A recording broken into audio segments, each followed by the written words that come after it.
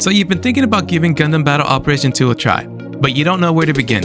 I'll be honest, as someone who's been playing the game for years, I'm all too aware that this game can have a steep learning curve. Have no fear though. My name is Mobile Suit K9, and I'm here to help you get started. For this first video in my GPL2 guide series, I'll be covering how to make a decent amount of in-game currency from the start, as well as how to spend that in-game currency wisely with what mobile suits and custom parts to get. And let's just get into it.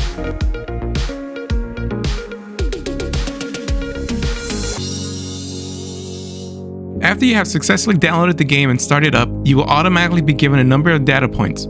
That's one of the currencies used in the game to acquire mobile suits, weapons, custom parts, and fashion accessories. It may seem like a lot, but in order to get the best out of this video, we're going to need to get more. Don't worry, I'm going to walk you through how to make more data points before you even enter your first real multiplayer match. Along with the data points, you'll also be given some relatively good mobile suits to start off with for free.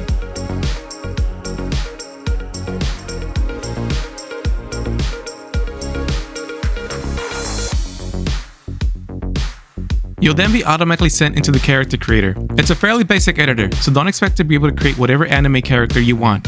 It's clear that developers focus most of their time and energy on the mechs, which is to be expected since that's the main focal point of the game. On that note, however, just know that you won't be able to change your character's appearance again, unless you pay for a ticket, so choose how you want to look wisely. After a quick cutscene, you will then be sent to a tutorial mission. There is no avoiding this, you need to do it in order to move on. Don't worry, it's nothing hard and it will walk you through the very basics of the game. It's not as painful as some tutorials for certain RPGs. It's basically what every game has you do when you play them for the first time. There's not much else that I'm going to tell you for this section. The game does a decent job of holding your hand. Just make sure to follow the instructions properly. After you complete the first tutorial, you'll be instructed to go to the reward center. This is where you'll get all your rewards from completing certain missions and from your daily login rewards that you get from signing in every day. Go ahead and acquire your rewards. As for all the data points and recycle tickets, it's very important that you don't go off spending them right away. At least not until the end of the video. Trust me, this will make getting started a lot easier. You'll soon be instructed to go to the supply counter. At this time, remember what I said about not spending your data points yet. Only spend the 3 coins that you are told to spend. This is where the gacha mechanics of the game come into play. It's all randomized. For my supply drop, I got the Gundam GP04, which is a good support class to start off with. Don't worry if you got something else. You most likely will. For the purpose of this video, we will not be using this mobile suit. I will only use the same mobile suits that are available to you. My recommendation to you is not to spend any of your gold coins unless you have enough for the half-off discount. About every 2 to 3 weeks, you can get 10 supply jobs for 15 coins instead of 30 coins. The reason why I say this is because it's typically a good idea to save up on your coins in case there's ever a promotion for a specific mobile suit that you want. The last thing that you want is to spend all your coins only to find out that the next week there's a special with a higher success rate for getting the mobile suit that you really wanted in the first place. Anyways, you can also see what is available for recycle tickets. You acquire recycle tickets by doing supply drops and getting mobile suits or weapons that you already own. The game will instead give you a certain number of tickets depending on the rarity of the item. I would advise you to only spend your recycle tickets on items that you otherwise cannot acquire through data points. The selection changes daily, and once in a while there are some good items worth spending your tickets on. But again, only if you cannot acquire them through data points. That also means that if it's something that you don't currently meet the level ranking requirements, maybe still hold off on spending your currency and just wait until you level up to buy it in the data point store. Let me explain. To see if one of the items available in the recycle ticket store is not available for purchase in the data point store, all you need to do is move to the mobile suit or weapons picture and press L2. Below the rarity level in the middle of the screen, it will say DP Exchange Rex. If it says NA, that means that you cannot find it in the data point store and can only acquire it through recycle tickets or if you get lucky with a supply job for you to get that specific item. From there, once again, follow the instructions and go to the sorting counter. This is where you'll be going every time you want to play multiplayer. Now, I know it may seem like the training tutorial part of the game is over, but it's not. There are still some missions that I highly recommend to you. Not only will these missions help you learn more of the basics, but you will also get something out of every training mission that you complete. Go back to the training instructor Tendra and complete all the missions. There are 3 levels of difficulty. Each will provide you with the reward after completion. You would need all the data points in order to get the most out of this video, so just follow the instructions again. Keep in mind that it's better to learn this stuff before stepping into a multiplayer match. Otherwise, you will most likely want to rage quit after only a few matches. That or it'll feel like you've just been pushed off a building.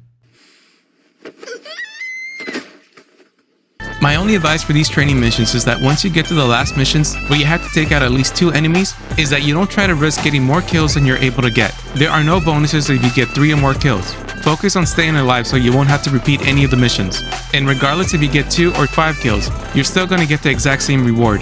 When you complete all the training missions, you should have 12 gold coins, a Hyzak,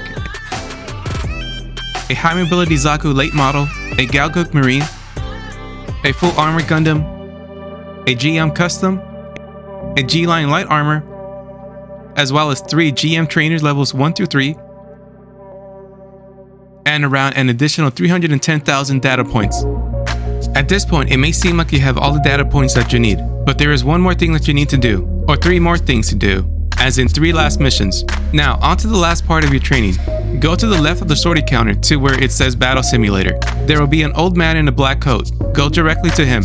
These are 3 missions that reward you for completing them under a specific time limit. You can do them with friends as well, so you don't have to go in alone.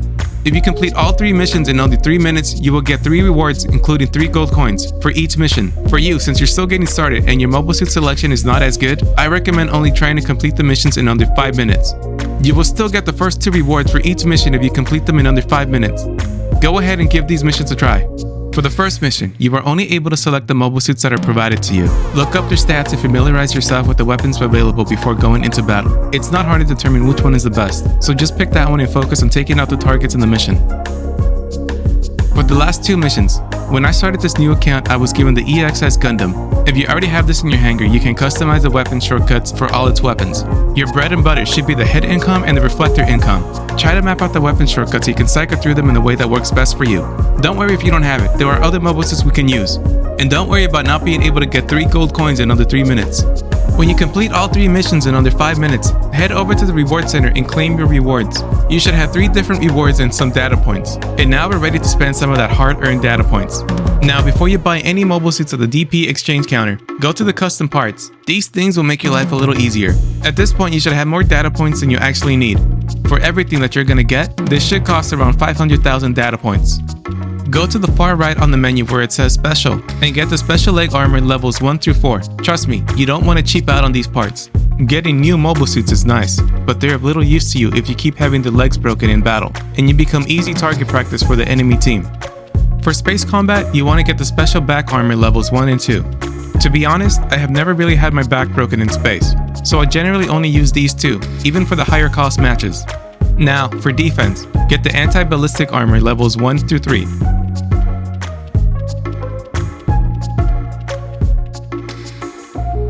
Anti-Beam Armor levels 1 through 3. Anti-Melee Armor levels 1 through 3.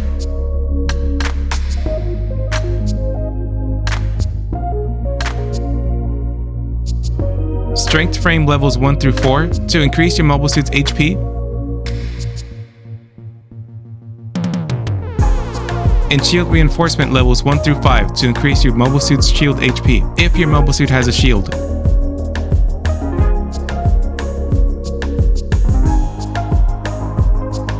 For your offensive options, you want to get the Enhanced Melee Programs levels 1 and 2, and Enhanced Firing Programs levels 1 and 2. And if you want to add some mobility to your suit, get the Thruster Control System levels 1 and 2, and the High Spec Cruise Control level 1. And with that, we are finally able to get started with buying the good stuff. A quick side note, these recommendations are for starting off with a budget and saving up for future expenses. There are better options, but those cost a little extra. You can check out my Zaku Fritz Helmet video to get references for other mobile suits to start off with. Anyways, go to the DP exchange counter and get these mobile suits to get started. Now, all multiplayer matches have a cost range for mobile suits that goes from 200 to 700. In order to make sure you're able to play in all matches, these are the mobile suits that you want. To keep things simple, we're only going to focus on one class of mobile suits. All these mobile suits are going to be generals, since they are typically a jack of all trades, and they will give you the ability to decide what kind of player you want to be. If you want to be a little more aggressive, then later on you can look into the raids. Or if you want to attack from long range, then you can look into the supports. For the 200 cost range, you actually already have the GM Kai in your hangar, so you don't have to spend anything. It's a step above the regular GMs, and you have some good weapon options for it.